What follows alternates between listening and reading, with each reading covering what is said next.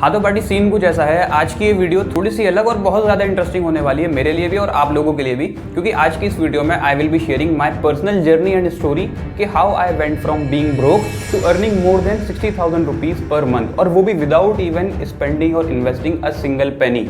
अब ये जो मैं बात बोल रहा हूँ कि without even spending a single penny, ये मैं हवा में बातें नहीं कर रहा हूँ, मैं लिटरली मीन कर रहा हूँ। ऐसा नहीं है कि मैं अभी तो बोल रहा हूँ इस वीडियो में कि without even spending a single पेनी और वीडियो के एंड में मैं आपसे बोलूँ कि मैंने इतने पैसे खर्च किए या फिर मेरे पास इतने पैसे थे या फिर मैंने ये चीज़ खरीदी थी या वो करा था। ऐसा कुछ भी नहीं है। मैंने लिटरली बिना 1 रुपया खर्च किए 60,000 रुपीज़ पर मंथ कमाए हैं और अर्न किए हैं। बट मेरे पास इसका कुछ प्रूफ नहीं है कि मैं साबित कर दूं कि मैंने लिटरली कमाए हैं 60,000 रुपीज़, लेकिन इस वीडियो के एंड तक आपको समझ आ जाएगा कि जितनी भी बातें मैं बोल रहा हूँ वो एकदम जेन्युइन है और मैंने लिटरली बिना 1 रुपया खर्च किए 60,000 रुपीज़ पर मंथ अर्न किए हैं। और बड़ी मजे की बात यह है कि उस टाइम मैं कॉलेज के सेकंड ईयर में था और आप भी मेरी तरह अगर चाहो तो आप मेरी स्ट्रेटेजी को इंप्लीमेंट कर सकते हो अपनी लाइफ में। चाहे आप कॉलेज स्टूडेंट हो, चाहे आप जॉब कर रहे हो या फिर अनएम्प्लॉयड हो, आप भी 60,000 तो क्या 60,000 से ज़्यादा रुपीज़ पर मंथ अर्न कर सकते हो। तो चलिए पार्टी वीडियो को स्टार्ट करते हैं। वीडियो को स्टार्ट करने से पहले बता दो, अगर वीडियो का कुछ भी पार्ट आपको बोरिंग लगे तो मैंने डिस्क्रिप्शन में टाइम स्टैम्प दे दिए हैं, आप उनका यूज़ करके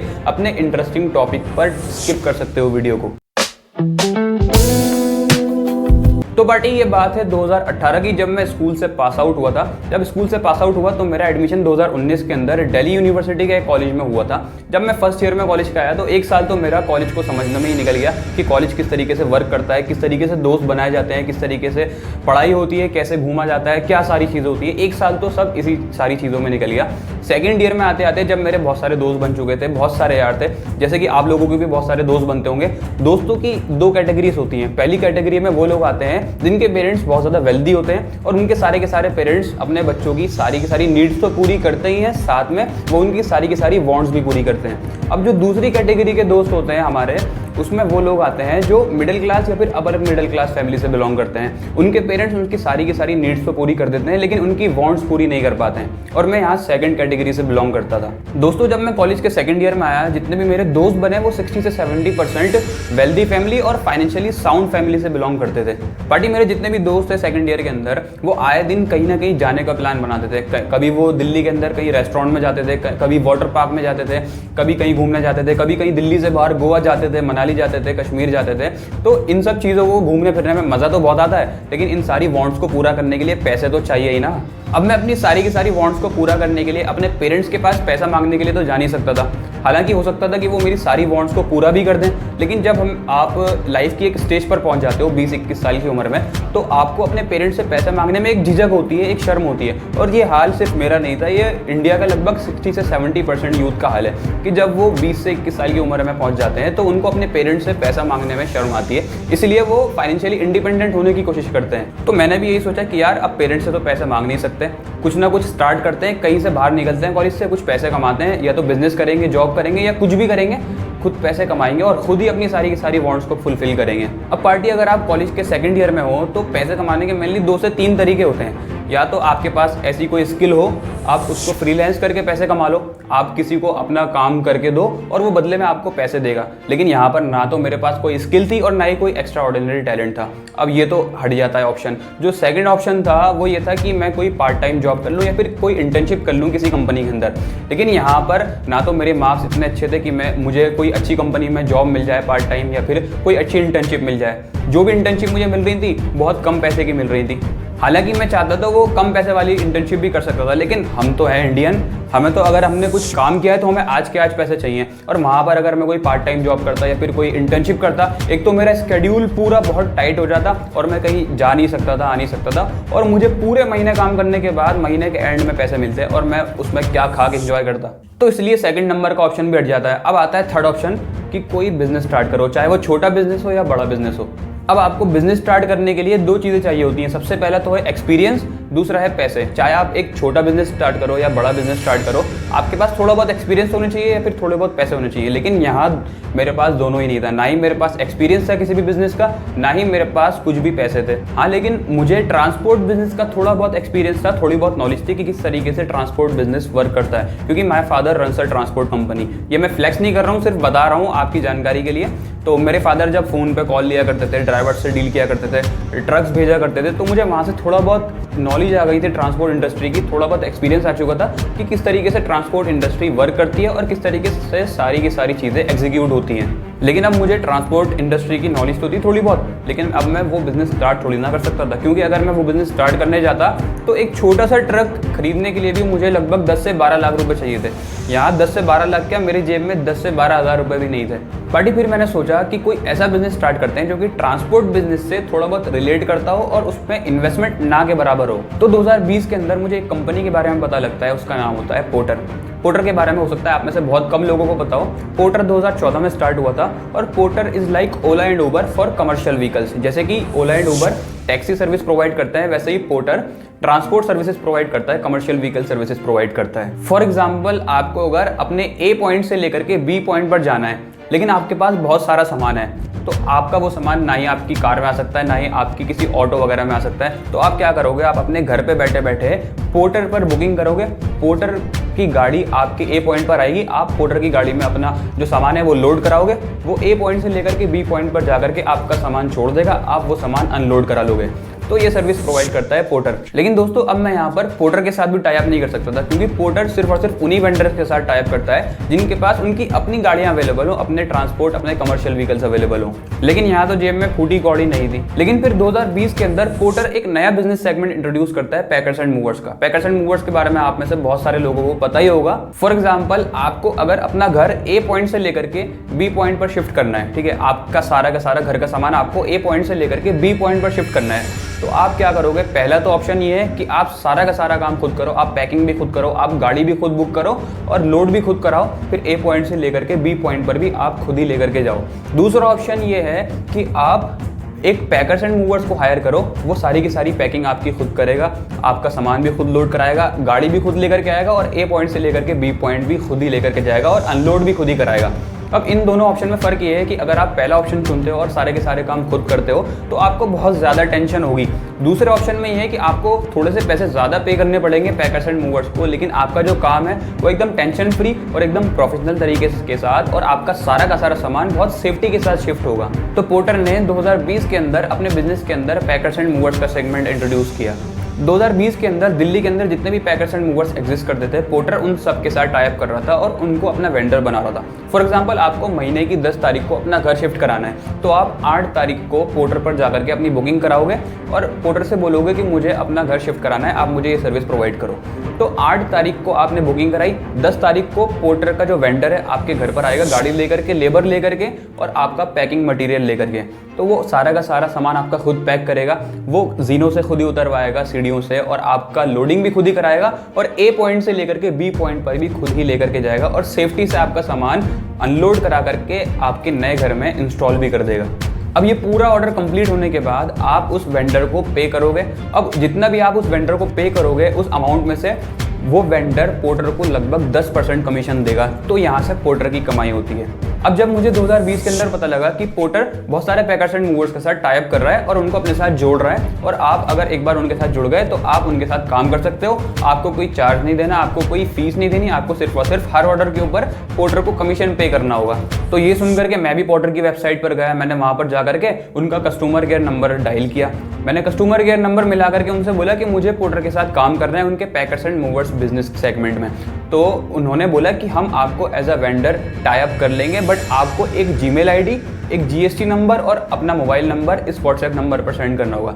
मैंने उनसे बोला ना तो मेरे पास जीएसटी नंबर है, ना ही जीमेल आईडी है। तो हालांकि जीमेल तो मैं 2 मिनट में जाकर के जीमेल पर जाकर के बना सकता था, लेकिन मेरे पास जीएसटी नंबर नहीं था। तो उन्होंने बोला अगर आपके पास जीएसटी नंबर नहीं है तो कोई भी प्रॉब्लम नहीं है, आप अपनी कंपनी का एक विजिटिंग कार्ड इस व्हाट्सएप नंबर पर सेंड कर दो, एक जीमेल आईडी बना करके सेंड कर दो और अपना मोबाइल नंबर सेंड कर दो। अब पार्टी में जीमेल आईडी तो जीमेल पर जाकर के 2 मिनट में बना सकता था, लेकिन मेरे पास अपनी कंपनी का विजिटिंग कार्ड नहीं था। तो मैं गया गूगल प्ले स्टोर के ऊपर, मैंने एक एप्लीकेशन डाउनलोड की जिसकी मदद से मैंने ऑनलाइन बैठ कर ही एक कंपनी का विजिटिंग कार्ड बना लिया और अपनी कंपनी का नाम रख दिया मैंने इंपीरियल पैकर्स एंड ट्रांसपोर्टर्स, और एड्रेस वगैरह डाल दिया और सारी डिटेल्स डाल दी, नंबर एंड ऑल। उनको मैंने वो कार्ड बना करके उनके व्हाट्सएप नंबर पर सेंड कर दिया, एक जीमेल आईडी बना करके सेंड कर दी और अपना मोबाइल नंबर सेंड कर दिया। तो पार्टी ये पूरा का पूरा प्रोसीजर लगभग 1 हफ्ते चला और पोर्टर ने 1 हफ्ते बाद मेरे साथ as a vendor tie up कर लिया। जब पोर्टर ने मेरे साथ टाई अप किया तो उसके अगले दिन मुझे पोर्टर ने बहुत सारी ट्रेनिंग्स दी, वेबिनार्स कराए, जिसमें उन्होंने बताया कि आपको किस तरीके से वर्क करना है, किस तरीके से आपको गाड़ियाँ भेजनी है, पूरा ऑर्डर किस तरीके से फुलफिल करना है, कैसे पेमेंट लेनी है, सारी चीज़ें पोर्टर ने मुझे अपने वेबिनार्स पर बताई। पार्टी उसके लगभग एक हफ्ते बाद मेरे पास पहला ऑर्डर आता है और वो ऑर्डर मुझे असाइन किया जाता है और वो जो कस्टमर था वो मुझे 4500 रुपीज़ पे कर रहा था और उसको अपने घर का सामान लाजपत नगर से लेकर के ओखला जाना था। अब ये दोनों के दोनों जो लोकेशन है ये दिल्ली में पड़ते हैं। अगर आप दिल्ली से बाहर रहते हो तो शायद आपको इन दोनों जगह के बारे में ना बताओ, तो हम लाजपत नगर को ए लोकेशन मानते हैं और ओखला को बी पॉइंट मानते हैं। तो उस कस्टमर को ए पॉइंट से लेकर के अपना घर का सामान बी पॉइंट पर लेकर के जाना था और वो मुझे 4500 रुपीज़ पे कर रहा था और 4500 में से मुझे लगभग पोर्टर को 10% कमीशन देना था। 10% के हिसाब से 450 रुपीज़ बनता है। अब पार्टी अब ऑर्डर तो असाइन हो गया, लेकिन यहाँ पर मुझे ऑर्डर फुलफिल करने के लिए ना तो मेरे पास कोई कमर्शियल व्हीकल थी, ना ही मेरे पास कोई ड्राइवर था, ना ही पैकिंग मटेरियल था और ना ही कोई लेबर अवेलेबल थी।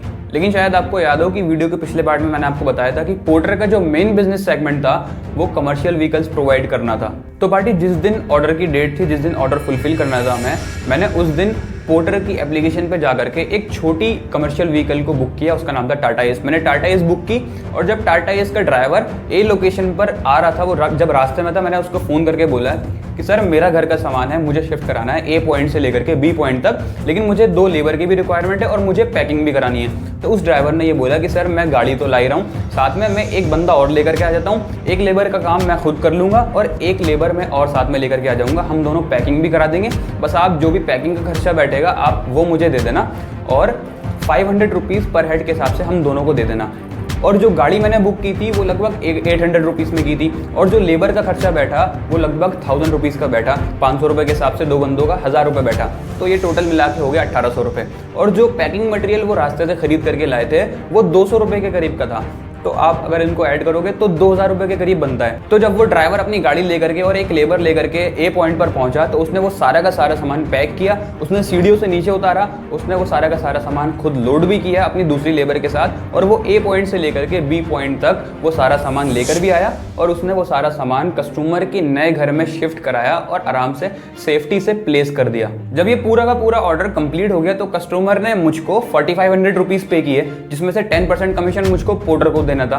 तो मेरे पास बचते हैं 4050 रुपीज़, जिसमें से 4050 रुपीज़ में से मुझे ड्राइवर को गाड़ी के और लेबर के और पैकिंग मटेरियल के देने थे जो कि 2000 रुपये थे। तो 4050 में से आप माइनस करो 2000 रुपीज़ तो बचते हैं 2050 रुपीज़। तो ये जो 2000 रुपीज़ बच रहे हैं दिस इज माई प्रॉफिट। अब देखो पोर्टर को अपने वेंडर से ये लेने देने नहीं है कि वो किस तरीके से ऑर्डर को फुलफिल करता है या फिर कैसे क्या करता है। आप कहीं से भी गाड़ी उठा करके लाओ, कहीं से भी लेबर लेकर के आओ, उनको सिर्फ 2 चीज़ों से मतलब है। सबसे पहली चीज़ ये है कि आपको जो ऑर्डर असाइन किया गया है आपको वो ऑर्डर बखूबी फुलफिल करना होगा और पूरा का पूरा ऑर्डर कंप्लीट करना होगा। दूसरा, उनको इस चीज़ से मतलब है कि आपको उनको कमीशन पे करना होगा। इसके अलावा उनको और किसी चीज़ से मतलब नहीं है कि आप कहाँ से गाड़ी लेकर के आते हो या कहाँ से लेबर लेकर के आते हो। तो पहले ही ऑर्डर में जैसे कि मैंने आपको बताया मेरा जो प्रॉफिट हुआ वो लगभग 2000 रुपये के करीब का हुआ और उसी सेम मंथ मैंने लगभग 15 से 20 ऑर्डर फुलफिल किए थे।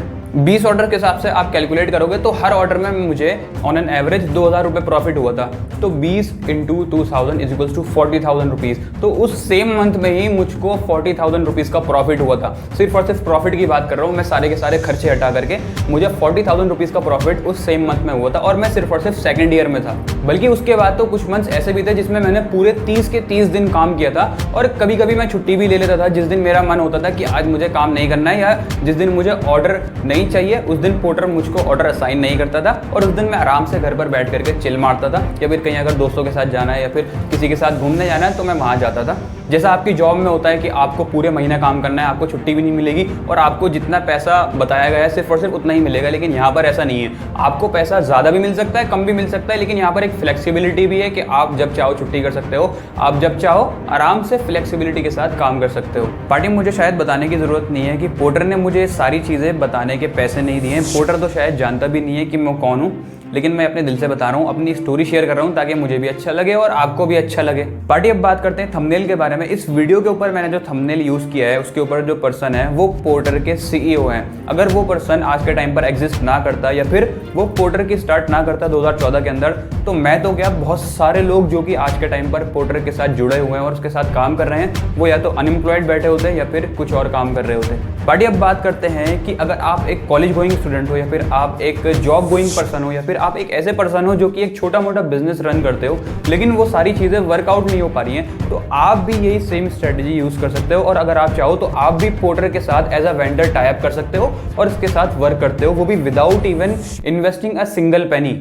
मोस्ट इंपॉर्टेंटली, अगर आप एक कॉलेज गोइंग स्टूडेंट हो तो आप अपनी कॉलेज लाइफ के अंदर कोई ना कोई जॉब या फिर कोई ना कोई बिजनेस जरूर ट्राई करो। मैं रिकमेंड तो करूंगा कि आप अपनी कॉलेज लाइफ के अंदर कोई ना कोई बिजनेस जरूर स्टार्ट करो, चाहे वो छोटे लेवल का हो या फिर बड़े लेवल का हो। बिजनेस को स्टार्ट करने से आपको ये फायदा होगा कि आपके पास पैसे तो आएंगे ही, साथ साथ आपको जो एक्सपीरियंस और जो एक्सपोजर मिलेगा बिजनेस का, वो किसी भी यूनिवर्सिटी या किसी कॉलेज या फिर किसी किताब के अंदर नहीं मिल सकता है। और उस एक्सपीरियंस की वजह से आपका जो डेवलपमेंट होगा ना, वो एकदम अलग लेवल होगा। पार्टी जब मैंने पहली बार अपने सेकंड ईयर में अर्निंग स्टार्ट की थी और पहले ही महीने में मैंने 40,000 से लेकर के 60,000 पर मंथ तक कमाए थे, तो वो जो फीलिंग मेरे अंदर आ रही थी ना, वो एकदम अलग लेवल फीलिंग थी। मैं उस फीलिंग को डिफाइन नहीं कर सकता। आज के टाइम पर हम ऐसे बहुत सारे लोग देखते हैं जो कि बहुत अच्छी कॉलेज से पढ़े लिखे हैं, इंजीनियरिंग की हुई है, बहुत अच्छे कोर्सेज उन्होंने किए हुए हैं, लेकिन फिर भी अपने घर पर अनएम्प्लॉयड बैठे हुए हैं। वो कहते हैं कि हमें अगर चाहिए तो सिर्फ और सिर्फ वाइट कॉलर जॉब। मेरे अंदर ना तो कोई स्किल थी, ना कोई मेरे अंदर एक्स्ट्रा ऑर्डिनरी टैलेंट था, लेकिन एक चीज़ सिर्फ और सिर्फ मुझे जो अपने अंदर अच्छी लगती थी वो ये है कि अगर कोई बंदा मेरे से आकर बोल रहा है कि भाई ये काम कर दे और इस चीज़ के इतने पैसे मिलेंगे, तो मैं ये नहीं देखता कि वो वाइट कॉलर जॉब है या फिर ग्रे कॉलर जॉब। अगर मुझे उस चीज़ के पैसे मिल रहे हैं और मुझे कुछ ना कुछ सीखने को मिल रहा है तो मैं वो चीज़ ज़रूर करूँगा। लेकिन आज के टाइम में जितने भी यूथ को हम देख रहे हैं वो इसका उल्टा करते हैं एकदम। वो कहते हैं कि हम तभी कोई जॉब करेंगे अगर वो वाइट कॉलर जॉब होगी। वो चाहते हैं कि हम अगर किसी भी कंपनी में एंटर हों तो हमें एकदम CEO की पोजीशन पर जॉब मिले। अबे भाई, अगर तुम स्टार्ट नहीं करोगे तो उस लेवल पर पहुंचोगे कैसे? कंपनी में एंटर होते ही आपको CEO की कुर्सी थोड़ी ना मिल जाएगी। पार्टी में आपसे ये नहीं कह रहा कि आप व्हाइट कॉलर जॉब के सपने देखना छोड़ दो, लेकिन मैं आपसे ये भी नहीं कह रहा कि आप स्टार्ट मत करो। जब तक आप स्टार्ट नहीं करोगे, आप यही सोचते रहोगे कि मेरे पास रिसोर्सेज नहीं है, मेरे पास पैसे नहीं है, मेरे पास टाइम नहीं है, तो आप उस लेवल पर पहुंचोगे कैसे? आप यही सोचते रह जाओगे कि जब मेरे पास रिसोर्सेज आएंगी, जब ये सारी चीज़ आएंगी, ये आएगा, फ़ोन आएगा, टैबलेट आएगा, लैपटॉप आएगा, तभी मैं ये चीज़ स्टार्ट करूँगा। तो आप वो चीज़ कभी भी नहीं कर सकते हो। जैसे ही आपके पास कोई अपॉर्चुनिटी आए, आप उस अपॉर्चुनिटी को ग्रैब करो।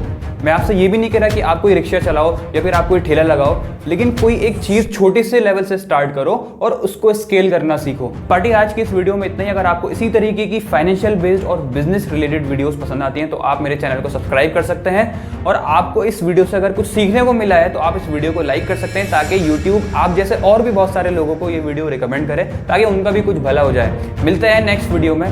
Thank you.